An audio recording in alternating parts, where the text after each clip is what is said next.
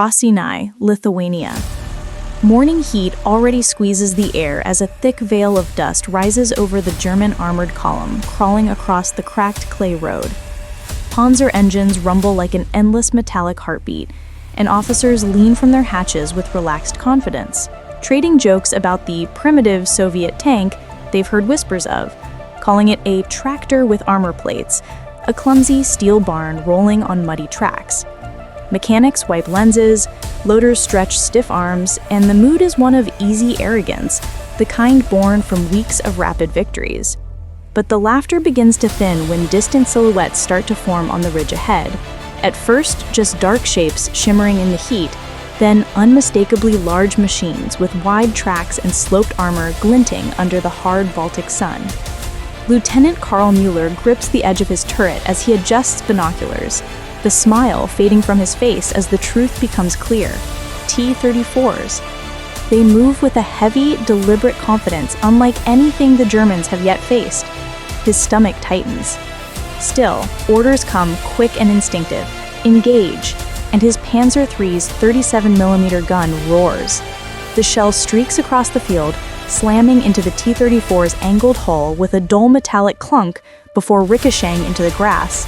Another shot, same result. Radios crackle with strained confusion, commanders barking, "Adjust your aim, hit the turret ring, why isn't it penetrating?" But reality is settling like ash. Nothing works. Then the Soviets answer.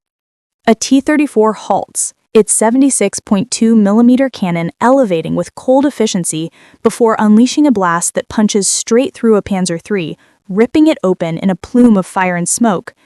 The shockwave rattles nearby German tanks, and in seconds the battlefield erupts into chaos. Crews scramble from burning holes, some diving into the dirt, others dragging wounded comrades as ammunition cooks off behind them.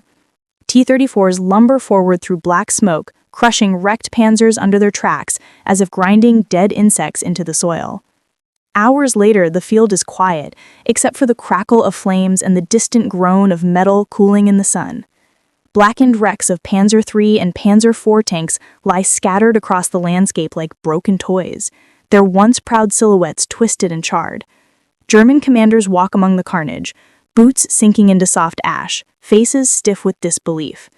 Their trusted 37mm guns are useless, their early war tactics meaningless, and their confidence gone. One officer kneels beside a destroyed Panzer and whispers what no one wants to say aloud.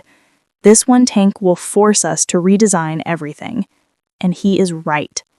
The sudden, brutal arrival of the T-34 sends shockwaves back to Berlin, triggering emergency redesigns, rushed blueprints for the Panther, and frantic upgrades to the Panzer IV.